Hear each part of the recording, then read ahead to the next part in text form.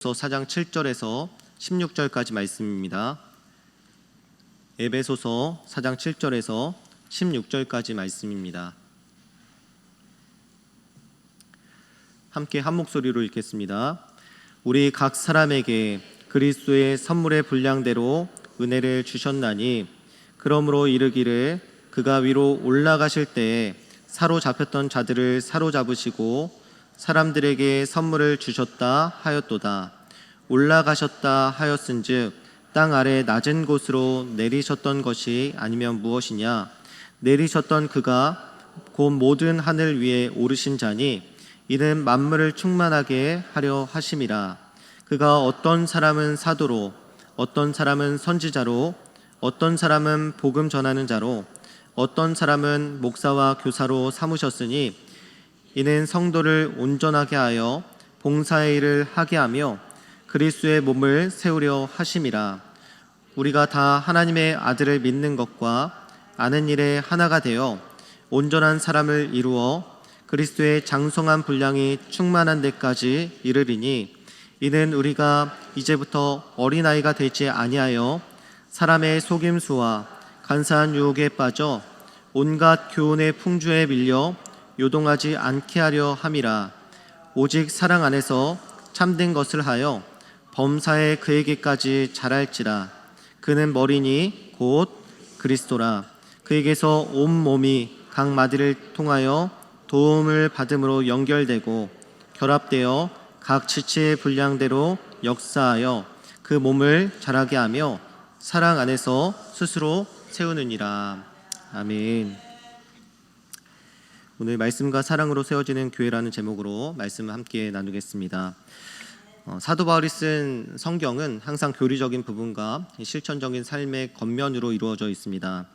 전반부는 교리적인 내용을 다루고 있고요. 그리고 후반부에는 삶의 실천적인 말씀을 다루고 있죠. 에베소서 말씀에서도 1장에서 3장까지는 교리적인 부분을 말씀하고 있다면 4장에서 6장까지는 우리의 실천적인 삶에 대한 부분을 함께 다루고 있습니다. 왜 그렇게 실천적인 삶의 부분을 다루고 있겠습니까?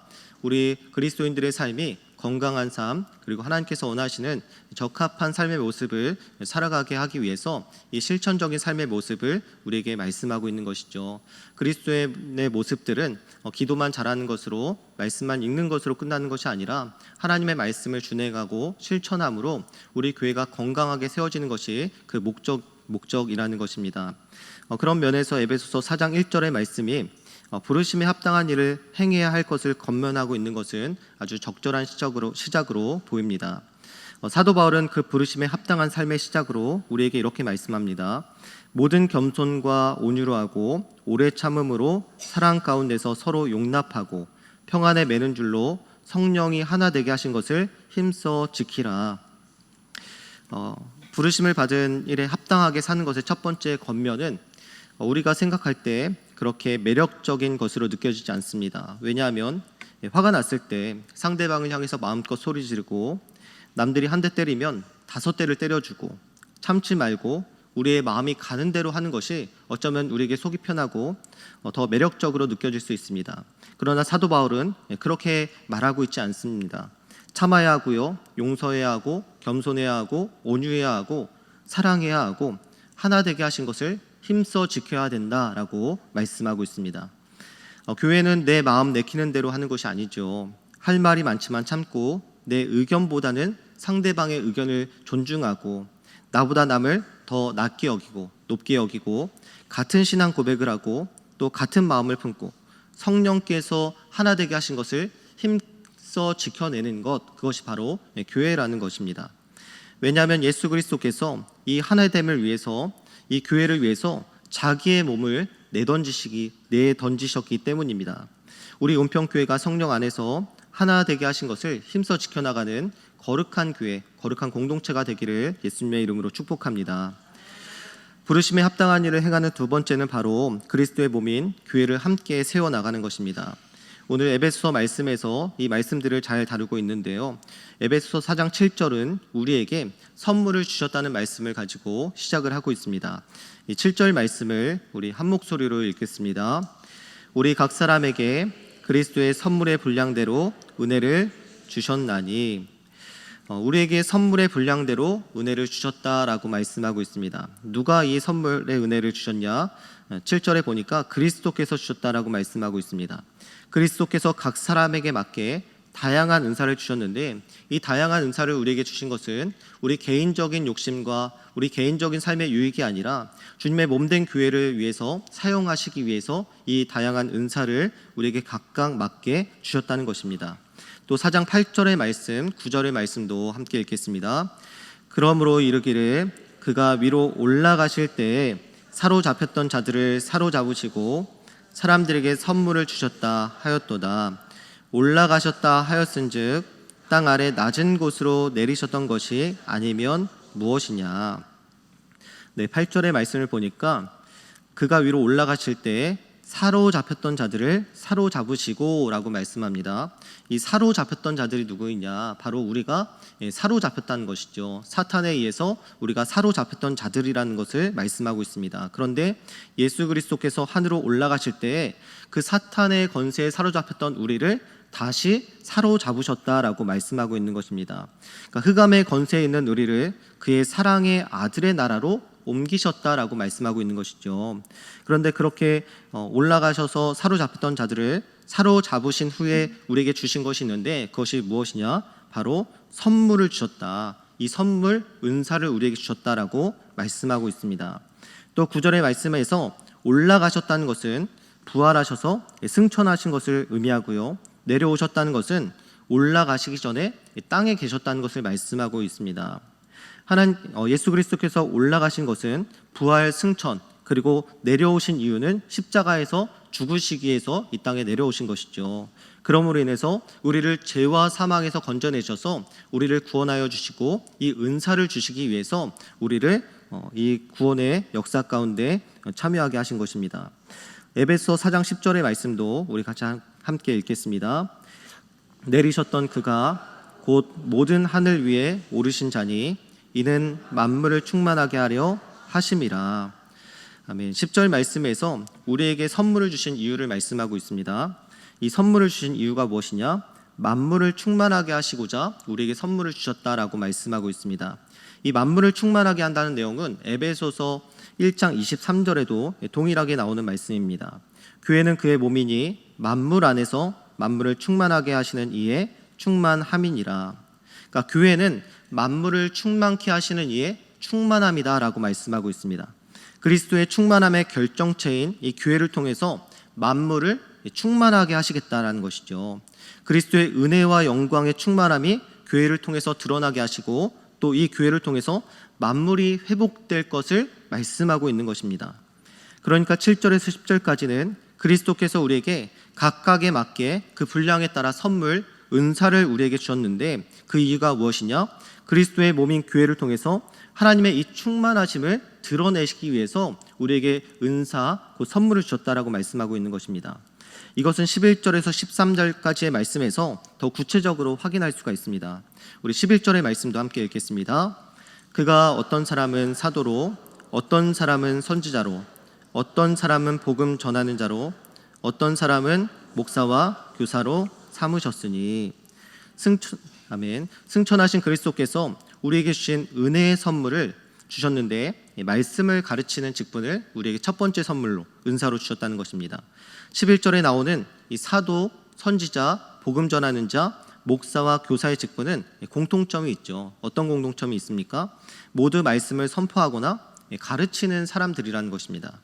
여기서 목사와 교사는 각각 다른 것을 나타내는 것이 아니라 원어적으로 볼 때 목사는 목자를 의미하고 교사는 가르치는 사람을 의미하죠. 그러니까 지금의 목회자, 지금의 목사를 동일하게 의미하는 것을 볼 수가 있습니다. 그렇다면 이 말씀을 가르치는 사람들을 세우셔서 하고자 하는 것이 무엇이냐?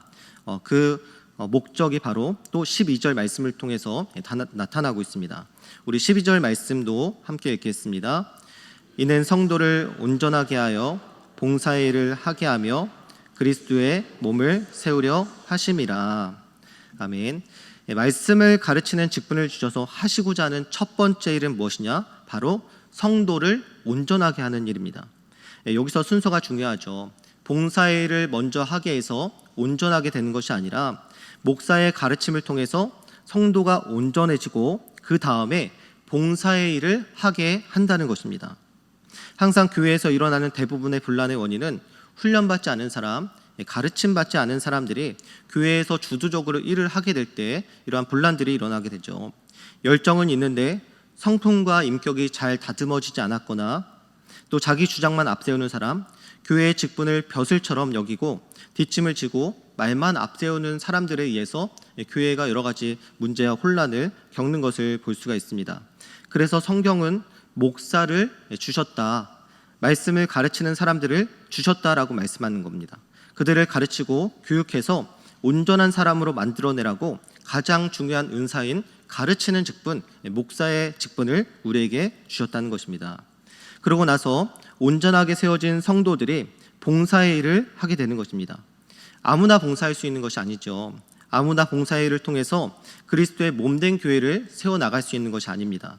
그리스도의 몸인 교회는 존귀하기 때문에, 영광스럽기 때문에, 그리스도의 충만함으로 충만한 곳이기 때문에 그리스도 안에서 훈련된 사람들, 성숙한 사람들만이 봉사할 수 있는 것입니다. 이것이 순서라는 것이죠. 성도를 온전하게 하여 봉사의 일을 하게 하며 그리스도의 몸을 세우는 것, 이러한 순서가 분명히 있다는 것입니다. 그래서 우리는 봉사의 일을 아무에게나 맡길 수 없는 것입니다. 아무에게나 직분을 줄 수 없습니다. 그 사람이 충분히 훈련되고 가르침 받았는지, 성숙한 사람인지 충분히 검토해 보아야 한다는 것입니다. 그래서 그리스도의 몸인 교회가 건강하게 세워지는 것입니다.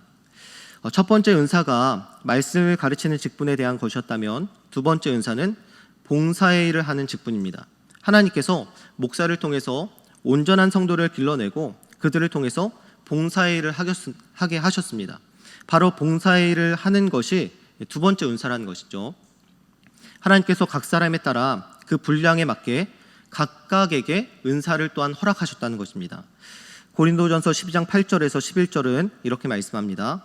어떤 사람에게는 성령으로 말미암아 지혜의 말씀을, 어떤 사람에게는 같은 성령을 따라 지식의 말씀을, 다른 사람에게는 같은 성령으로 믿음을, 어떤 사람에게는 한 성령으로 병 고치는 은사를, 어떤 사람에게는 능력 행함을, 어떤 사람에게는 예언함을, 어떤 사람에게는 영들 분별함을, 어떤 사람에게는 각종 방언 말함을, 어떤 사람에게는 방언들 통역함을 주시나니 이 모든 일은 같은 한 성령이 행하사 그의 뜻대로 각 사람에게 나누어 주시는 것이니라.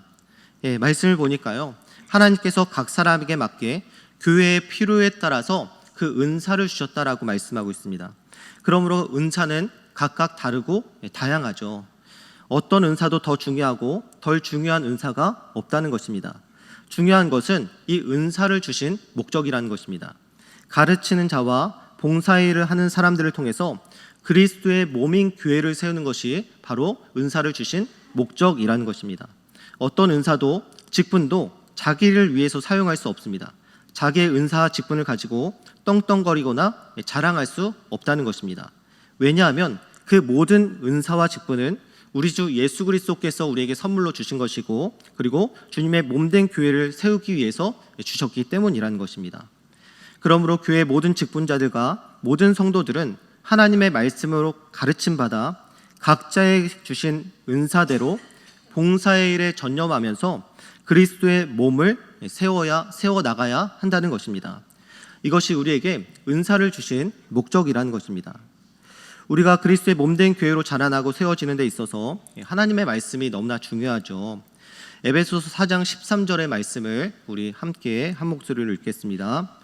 우리가 다 하나님의 아들을 믿는 것과 아는 일에 하나가 되어 온전한 사람을 이루어 그리스도의 장성한 분량이 충만한 데까지 이르리니. 13절의 말씀은 뭐라고 말씀하고 있습니까? 하나님의 아들을 믿는 것과 아는 일에 하나가 되어야 된다라고 말씀을 하고 있습니다. 우리가 어떻게 하나님의 아들을 믿는 일에 또 아는 일에 하나가 될 수 있겠습니까? 하나님의 말씀을 통해서 하나가 될 수 있다는 것이죠. 어떤 사람들은 우리가 운동을 통해서 하나가 되자, 우리가 교제를 통해서 하나가 되자, 우리가 친목을 도모하는 일로 하나가 되자라고 말하지만 그것으로 교회는 하나가 될 수 없다는 것입니다. 교회는 동아리와 어떤 세상적인 친목 단체가 아니기 때문이라는 것입니다. 우리는 오직 하나님의 말씀을 통해서 하나님의 아들을 믿는 것과 아는 일에 하나가 될 수 있습니다. 그렇게 말씀과 복음 안에서 하나가 될 때 우리는 어떠한 사람이 되느냐? 온전한 사람을 이루어 그리스도의 장성한 분량이 충만한 데까지 이룰 수 있다는 것입니다. 우리가 온전한 사람이 되고 그리스도의 장성한 분량에 충만한 데까지 이르는 것은 하나님의 말씀으로만 가능하다는 것입니다. 12절에도 13절에도 이 온전이란 단어가 사용되는 것을 볼 수가 있습니다. 온전해진다는 것은 너무나 중요하죠. 그리스도의 몸을 잃은 성도들 중에 일부만 온전해져서 봉사하고 다른 사람들은 그렇지 않다면 교회가 어떻게 되겠습니까? 몸의 지체 중 일부분만 기능을 하고 다른 지체들은 자기 마음대로 움직여서 머리의 통제를 받지 않는다면 어떻게 되겠습니까? 온전한 교회로 세워질 수 없습니다. 그리스도의 몸이 제대로 세워지기 위해서는 몸의 모든 지체가 하나님 말씀 안에서 하나가 되고 함께 성숙한 자로 세워져 나가야 된다는 것입니다. 그럴 때 하나님께서 원하시는 교회가 세워지게 된다는 것입니다. 14절의 말씀을 보니까 14절은 어린아이가 되지 말아야 된다라고 말씀하고 있습니다. 12절과 13절에 나오는 온전함과 이 장성함에 반대되는 단어가 바로 이 어린아이라는 단어입니다. 하나님의 말씀을 가까이 하지 않을 때 우리는 온갖 사람의 속임수와 간사한 유혹에 빠져 온갖 교훈의 풍조에 밀려 요동하는 어린이가 될 수밖에 없다는 것을 우리에게 말씀하고 있습니다. 그러므로 교회의 가르침과 개인적인 말씀 묵상을 통해서 우리는 꾸준하게 자라나야 한다는 것이죠. 어린아이가 1년이 지나고 5년이 지나고 10년이 지났는데 자라나지 않는다. 그것은 정상적인 일이 아니라는 것입니다. 마찬가지로 하나님의 백성으로 부름을 받았는데 1년이 지나고 5년이 지나고 10년이 지났는데도 아직까지 계속해서 어린아이와 같은 그런 신앙을 가지고 있다면 그것도 정상이 아니라는 것입니다. 우리의 신앙은 반드시 자라나야 된다는 것이죠. 어디까지 자라나야 하느냐? 그리스도에게까지 자라나야 된다는 것을 우리에게 말씀하고 있습니다. 15절은 어린아이와 같은 우리 신앙의 문제점에 대한 해답을 제시하고 있습니다. 우리 15절 말씀도 함께 읽겠습니다. 오직 사랑 안에서 참된 것을 하여 범사에 그에게까지 자랄지라. 그는 머리니 곧 그리스도라. 아멘. 우리는 15절의 말씀처럼 사랑 안에서 참된 것을 해야 합니다.